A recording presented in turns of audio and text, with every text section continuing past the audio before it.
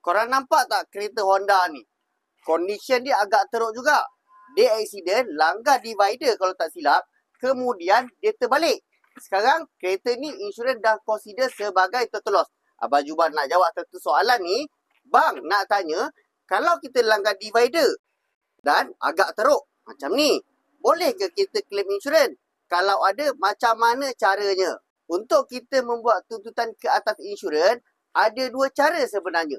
Yang pertama adalah tuntutan ke atas insurans sendiri dan yang kedua adalah tuntutan ke atas insurans yang melanggar. Sekiranya kenderaan tersebut tidak melibatkan kenderaan yang lain, awak hanya boleh membuat tuntutan ke atas insurans sendiri sahaja. Dan macam mana prosedur dia adalah awak kena ambil gambar kenderaan awak di tempat kemalangan dan juga gambar divider yang telah awak langgar serta jangan lupa untuk share location tempat kemalangan anda. Seterusnya, awak boleh call syarikat insurans awak dan minta syarikat insurans awak untuk uruskan kenderaan awak ke balai polis, seterusnya ke bengkel panel lantikan insurans. Bila dah selesai buat polis report dan kereta pun dah ada di bengkel dan awak dah hantar segala dokumen-dokumen untuk membuat tuntutan, awak dah boleh minta bengkel untuk teruskan proses tuntutan kereta awak ke atas insurans. Cuma awak kena ingat, kalau polisi awak third party, awak tak boleh menuntut apa-apa ke atas insurans. Yang awak boleh buat adalah keluarkan duit sendiri dan buat perbaikan secara tunai. Korang kat luar sana kalau nak repair kereta korang secara tunai pun, korang boleh datang ke bengkel Abang Jubah,